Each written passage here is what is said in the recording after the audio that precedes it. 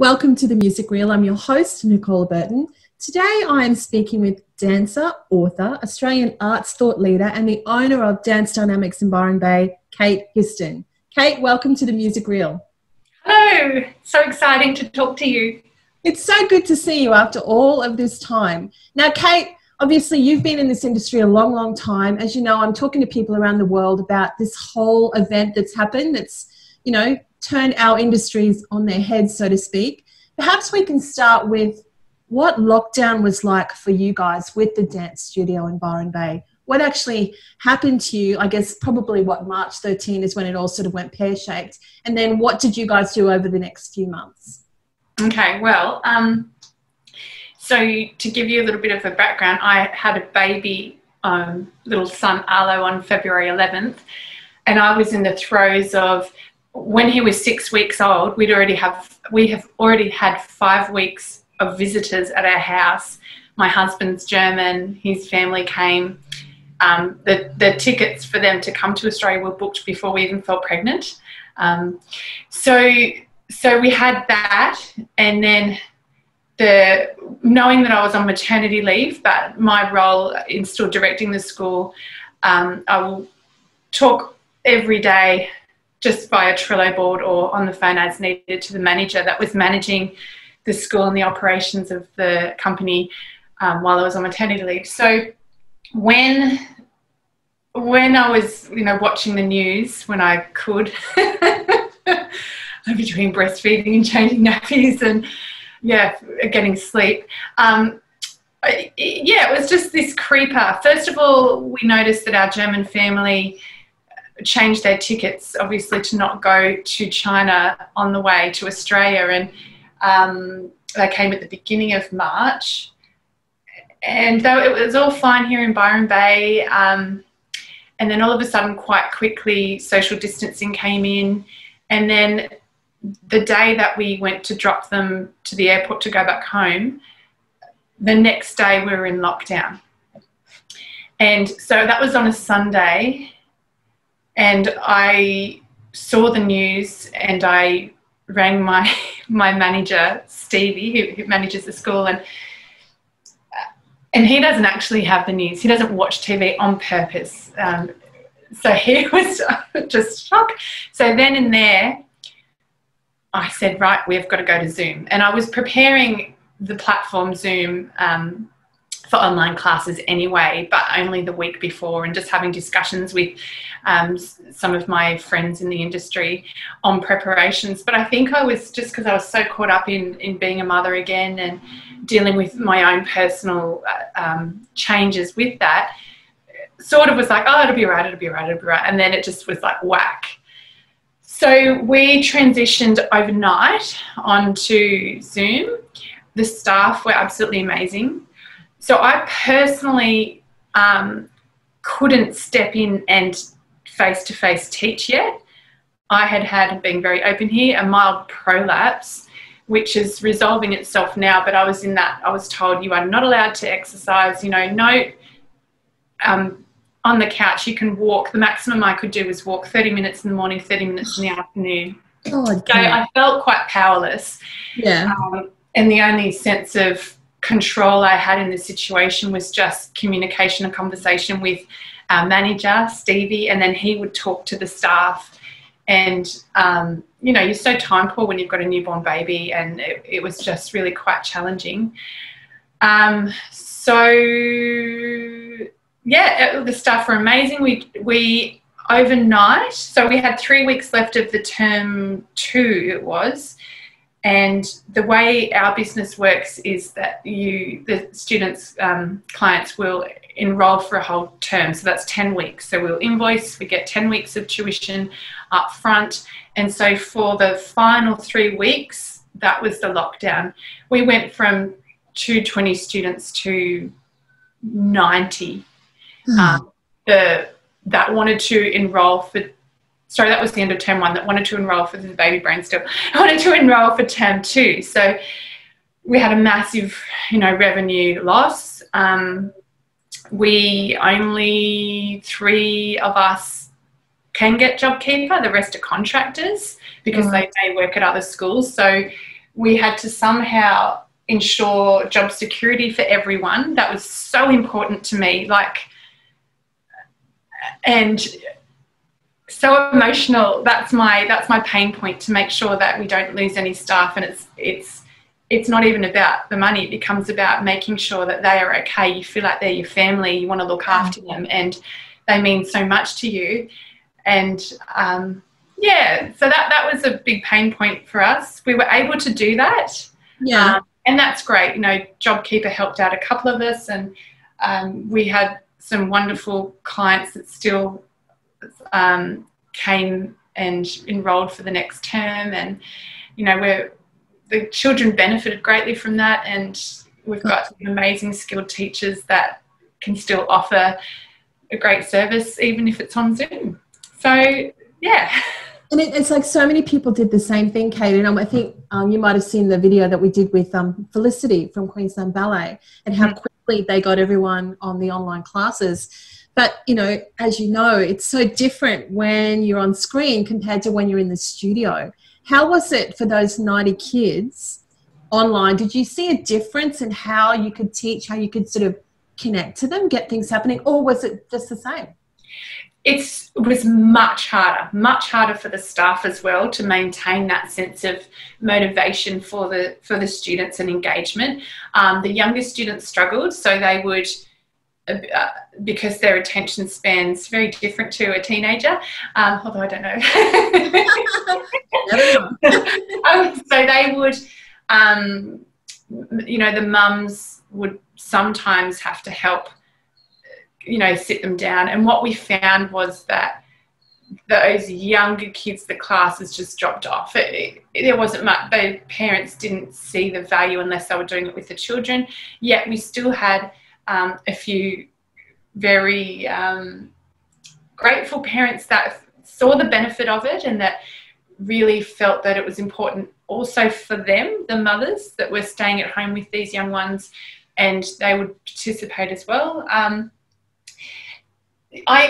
Coming back, when we were back in the studio, I went into each class and I asked the students how they found it, and they seemed to love it at first. And what it really did require is a lot more effort from the teachers just to push through, because it was another 10 weeks of that on top of no, it was another 7. It was 10 weeks all up of Zoom. Yeah, look, it was challenging. It was also about finding that level of creativity. And I think for the teachers, the big thing was about also just having at the beginning of class that, how are you going? How's your day? A level of social connection to allow themselves to not jump straight back into class, but to just talk to the kids, find out how they're going, because that meant so much to them as well.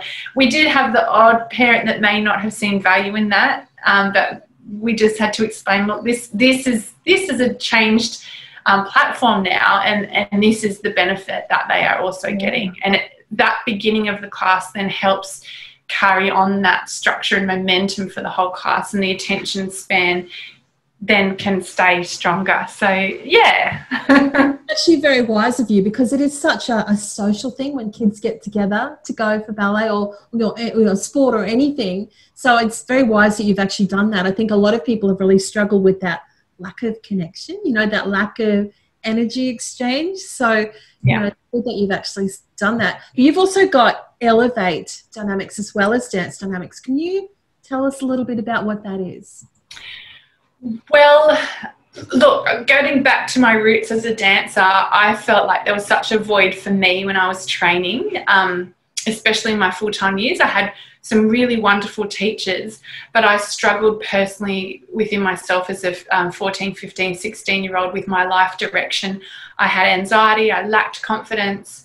I was a beautiful ballerina, I had a lot of potential and could have pursued that, but my thinking, my self-regard and lack of probably emotional awareness, and it is hard at that age to, what's emotional awareness at 14, 15? It's just feeling everything so much and everything so raw and so real.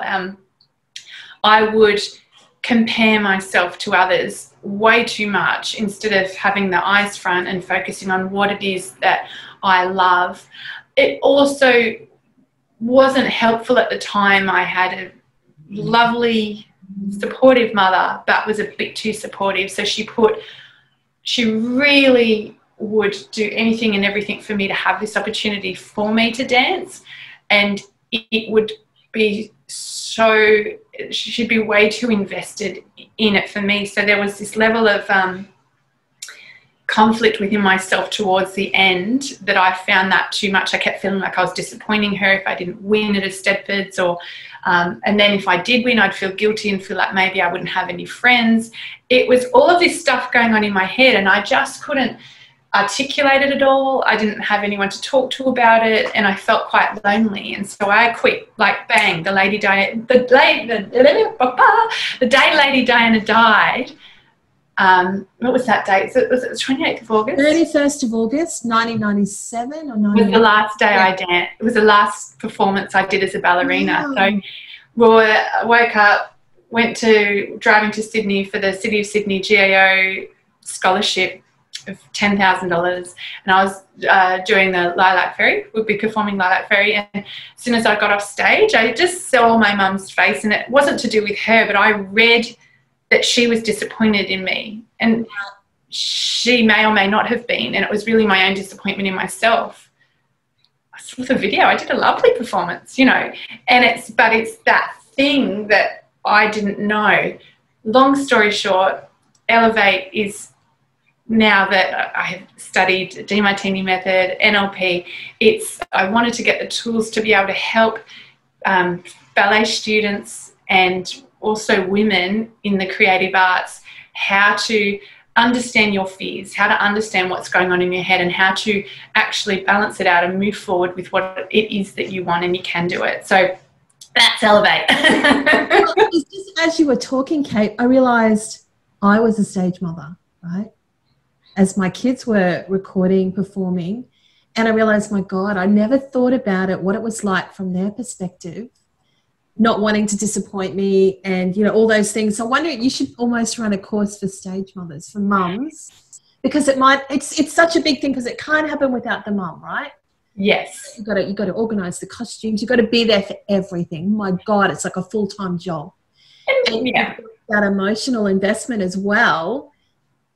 Yeah, and we can also, you know, it's my husband was, funnily enough, a month ago, he was stressed. He came home from work, and he was just sort of had this frustration, and I was, you know, sleep deprived, breastfeeding, and I got upset, and I got upset because he was upset with me, but he wasn't, normally that wouldn't bother me, you know, it actually wasn't bad, but he said, but I love you so much, you know that we always take things out on the ones we love, because it's a safe place to actually just, and sometimes we do that. And so how often also, you know, I blamed my mum for a while, but she did a great job, and she became my dumping ground as a teenager, and it's also all too easy for me to go, it's her fault, you know, and it's not, it's just a story, it's what it is. And if it wasn't for her pushing me that way, I would never have opened up a school at 19 years old, because that pushing of me made me realize how much I love connection with people. I love helping people. I love feeling like I can see someone listening to their heart and fly. And whether that medium is in dance or coaching, consulting, helping people, that's what I'm best at, and that's what I'm good at, and that's what I feel like I'm here for. And so I feel like it was my mum pushing me. I'm not a performer. I'm not for the stage. There's something more in it for me. Yeah. And speaking is a big part. Communication with my voice, not just my body in a ballet, classical ballet dance. So yeah. It's so good that you're talking about this, because I've had so many conversations about mental health with people across the world in all different aspects of the arts, right? And it seems like it starts at such a young age as a performer, because as you said, there's so many unique challenges that you have. Particularly, I guess, you're on stage, other people are off, they're having fun, you're actually rehearsing, performing. You've got all that. You've got to think about your costumes, you know, how everything, I guess you've got a fitness program, you've got your diet, you've got all those things to consider that a lot of kids at that age don't actually have that. So can you tell us a little bit about the programs that you're running with Elevate? Well, I've been running programs on and off since 2006.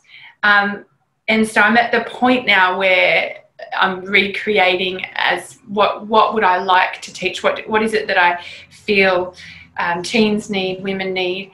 And so it's at the very beginning again almost of this recycling. But I just finished a course called Step It Up.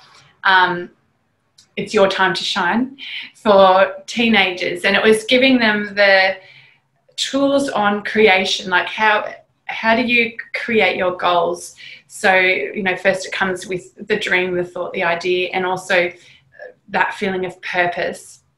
Then the next part 2 was what goes wrong. So where do we stumble over ourselves? And in that aspect of the course was I would teach them all about your fears and how to understand the fears and the head talk that comes in. And then the next part was obviously how to move through that, and then the creating of goals, so the momentum. And I feel like sometimes, especially with social media, with Instagram, with Insta famous, it's like my perception is that, and probably my fear is that kids these days aren't learning the real value of creativity and the real value of goal achieving. It's all too easy to post a photo of yourself showing your bum on Instagram and getting lots of likes and feeling good about that. And I think, hold on, there is so much more to you than that. And that makes me want to cry. I'm getting teary thinking about that. And I think,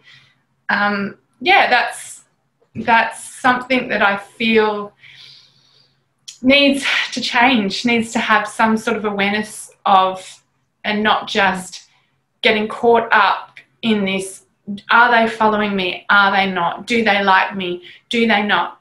You know, and funnily enough, I've started this year after having a baby, a mum's group, and it's really interesting for me to sit back and observe my own fears around being accepted and rejected, and little primary school things almost come up in my head of, oh my gosh, that reminds me of when I was in year 3 and my next door neighbour was, you know, like always.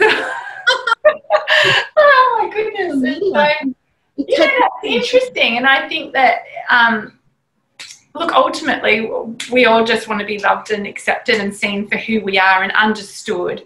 And so it's all too easy when we don't understand someone just to judge them and push them away. And I'm guilty of that myself. And so my wish for myself and my wish for humanity is just to have more awareness around that. And if I can do anything to help that with Elevate Dynamics, then that's what I want to do.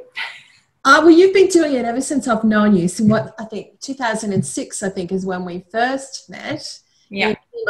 John DiMartini's workshops. Now, I guess we've always been quite real with each other. We've, you know, cut the bullshit, just like, this is how it is. And I guess, look, this has been a shitty thing that's happened this year. It's affected everybody. And we can all go, oh, it's all wonderful. We've innovated, we've pivoted, everything's fine. But the reality is there's going to be a long-term damage with mental health. I mean, economics, let's just say that. So let's get real and talk about, I mean, you and I both saw the DiMartini interview that I did about John, where Don says, like, you know, cut the crap, you're angry, fucking get over it, right? Yeah. Which is really hard to do. Yeah. So let's talk about how did you really feel and how are you really feeling now about what's happened and what your focus is now moving forward? Well, I love John's work and I loved watching the interview you did with him. It was really helpful for me to, as you know, we both became certified facilitators of the DiMartini method, and which was great. And I feel like what I did for me, my personal journey this year, was I went through this absolute, I go, Murphy's Law, if anything can go wrong, it will go wrong, have all levels covered. So it was, okay, if we don't get back the student numbers to be able to maintain this mortgage on this building, and right, what do? Right, we scrap the school. We scrap it and we rent out the building. That's just what we have to do. And it was COVID for me almost put me into this, you know, there's this level of out of control, but it was such a blessing to be able to just, at first I despised everything. I was resentful. I felt powerless. And then I also went, hang on, where do I feel power? I also spent more time with my daughter. She was able to be at home and help me with her baby brother Arlo, which really was a godsend. I couldn't tell you. It also just gave me a sense of, I get to restart and I get to redo this and I get to reclaim this the way I want to.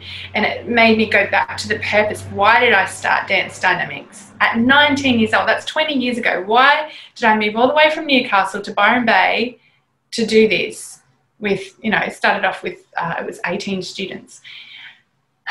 And that's really a great place, because I went there. I went to this place this year where I was cranky, I was angry, I was resentful, I was messaging you saying I'm done. Like, I felt so undervalued. And I let myself feel it. And you've always been such a good teacher and mentor for me, saying, Kate, just let yourself feel it, like get it out, get it out. Mm-hmm. And that's really helpful. And then once it's out, you know, oh my gosh, get it out. I give myself permission to walk away. You can walk away. You don't have to do this. You don't, I've been doing this for 20 years. You actually don't have to do this.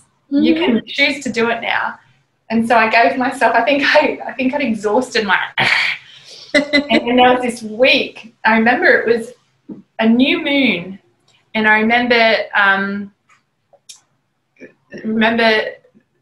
thinking, I couldn't sleep that night. That was right. My husband and I couldn't sleep. I'm really sorry. I thought that was him with the baby. My husband and I couldn't sleep, and I had spoken to him about, you know, what if I don't do this anymore? It was quite sad to see lots of people not returning, but absolutely understanding why, you know. And he said, you know, you don't have to do this. You know, you just do it. It's not my business what you want to do. He's always been very supportive like that. And being a dancer, sorry, I digress, but from a young age, I do this thing to myself, like like the whipping myself. You can do it, you can do it. And that's being in the arts from such a young age, starting competitions at 6 years old. I'm so well trained in being able to whip myself and go, right, let's just keep going, keep going, keep going. And that's why I've owned this for 20 years. But I got to a place where it was like empty. So that new moon, it was empty. I couldn't sleep. And I thought, right, if I really don't want to do this anymore, how come I can't sleep? And then all of a sudden, this little fire, this little light in me kept going, and I just couldn't ignore the voice anymore. And that's when I just started listening to what is it, being creative, being playful. Well, if I could do anything, what do I want to do? And I kept coming back to this. And so it's coming back to the purpose and the strong, even though over 20 years I've changed so much, the strong passion and purpose that I have for Dance Dynamics is, our tagline is know yourself, be yourself, express yourself. So to still be able to provide such quality tuition with a high level of personal development and aware teaching of dance students. I waffled then, I'm really sorry. No, not at all, because you have just expressed what so many people have gone through for the last 6 months, but you've actually said it out loud. I was exactly the same. I was like, I'm done. I think you and I were texting something going, that's it, done, doing something else. It's check it out. That's it, no more. And then I was the same. Like, I couldn't really get to that place of, what is it that I really, and then it was the same thing. It boils down to the purpose. Why am I doing what I'm doing? The form of it might change, but the purpose is going to be the same. And for me, texting back and forth with you, but also like I kept listening to that DeMartini interview that I did. It's like, oh yeah, he's absolutely right. Let go of the fantasy of how it should be. Find the opportunity where you have total control, where the opportunity actually is, what the benefit is for this whole experience. Go with that. And I think you and I are in the same place with that, and so many other people. It's incredible. But, you know, I did want to talk about the anger, because so many people are not talking about it. They're not saying, this sucks so bad. They're not saying it. And like you said, you got to feel it and just get it out, so it's not inside anymore. Get it out. So, well, do you mean anger? I kind of just talked about mine. Yeah, it's great. It's so good. So let's talk about what's now. Like, so what's next for you guys? Like, and so many people watching who are in the arts industry who've gone through 6 months of, let's just call it what it is, shit. Yeah. But that shit has actually been fantastic, because I got to do something I've always wanted to do, but because I've been running, literally working 7 days a week, I never got a chance to do it. And then I went, stuff it. I'm doing it. And, you know, you're doing the same thing. So let's talk about how you leverage the 6 months into something that you really want to do in line with what your purpose is. Look, for me, as you know, I've written 2 books that are still not published. I haven't even gone there, been edited a few times. And I've had this fear around, oh, no, you know, I'm not going to do that, or I'll do it later. So I'm really working on them again. I first started writing the first one in 2006 and finished it within 6 weeks. And that's something that I keep going over on and off. So that's, for me, that's a goal. And a really big benefit for watching this COVID world hit. It does really make, for me personally, say, well, what is it that you want to do? And I think for me also, I've got the pressure of it being time poor, because I have a 7.5-month-old baby as well. So Tuesdays is my day where I'm actually away from my son all day. My husband's has his day at home with Arlo, which is great. So focusing on that. And I think, and the Elevate dynamics, and also still dance dynamics. It's, focusing on next year. So that's what we're doing with the dance school. My role now is to prepare and lead the team for next year. I'm not focusing on this year anymore. This year plays out. Stevie focuses on this year. That's our manager. So next year is my focus. And I think that's all. It's really important to, once the anger is out and you can reestablish what it is you want, is to keep moving forward. I have to switch off the news now. I don't even watch it. I don't want to know about COVID. I don't, I will do the right thing that's expected of me and be a good citizen and social distance, but I don't want to listen to the news anymore. I went through a patch of, really watching lots on social media as well, and I'm just really focusing now on what it is that I personally want, what it is that I want for my family, what it is that I want for my company, and focusing on that. And that's been really healthy for me, and it's actually just enjoyable. I love it, I think that's really good advice for anyone who's watching. Turn the bloody news off, turn the media off, and just focus on what you're actually doing. So, Kate, are you looking at perhaps doing some workshops or programs for anyone in business? Anyone at all, like outside of your dance school, or is it just confined to your students? Yeah, look, we're actually expanding, and we've found that there's a lot of younger women in the area, and also younger in terms of not necessarily age, but as in startup. And there are some have come to us and through our networks, and we will be putting on some workshops for women in business, and it will be based around how to move through the emotional funks of your business, the up and down.